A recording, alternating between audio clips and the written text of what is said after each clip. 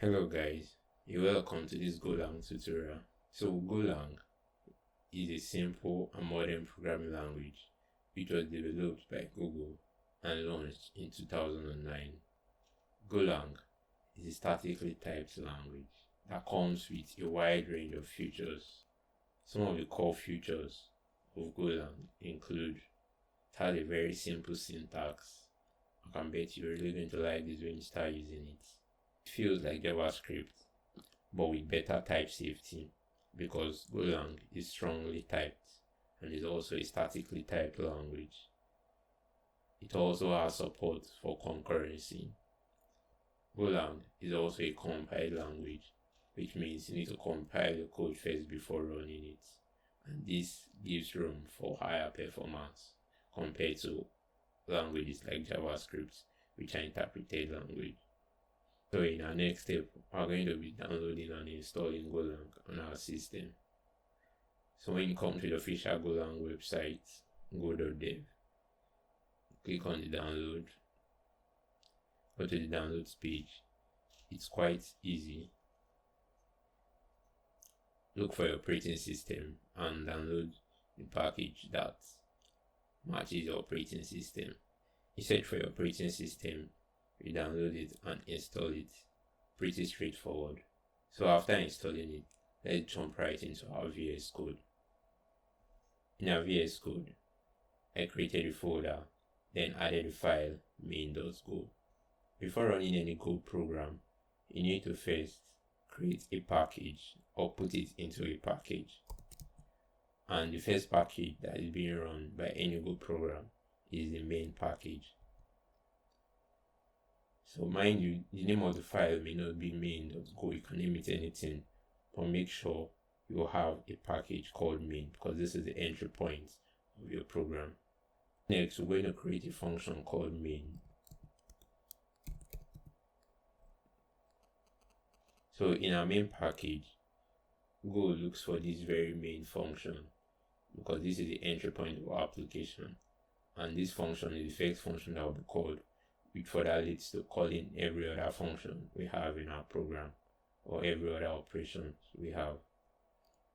So let's print hello world to this console.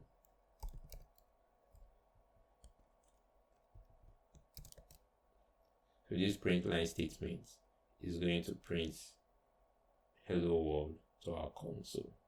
In order to run a Go program, all you need to do is type go run, then the name of the file main.go, and that's it. You'll get a hello world printed to the console. Congratulations, you just built your first Go application. Just kidding. So next, we'll be looking at how to create a variable in Go. So to create a variable in Go, we use the var keyword, then the name, and the identifier.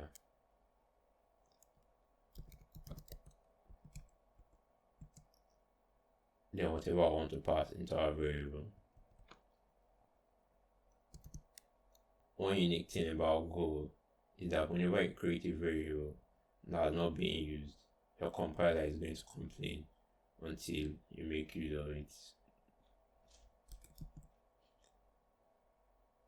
Now the compiler is no longer frowning at us. We can now run our program.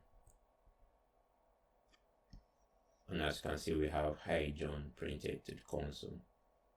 We have another way of which you can also create a variable, a shorter syntax which you most commonly see. And how it works is that we don't need this var keyword here. Then we put a colon before the equals to sign, and now we've created a variable called greetings. If you hover it, you're going to see the type that has been inferred of type string, and our program still works as expected. So one unique thing about this syntax is that it is only valid inside the function. Let's assume I'm to create a variable outside here. Let's call it fruits.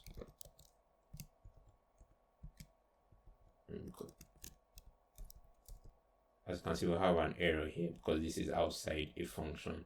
We want to add a var keyword before it. Then remove the colon. This is valid. So most times you will see this var keyword being used outside of a function, kind of a top or high level scope variable. Let's print our fruits.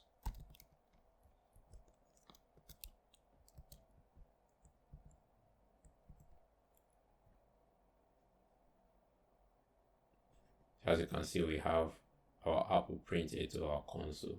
So this, my friend, is how you create variables in Go.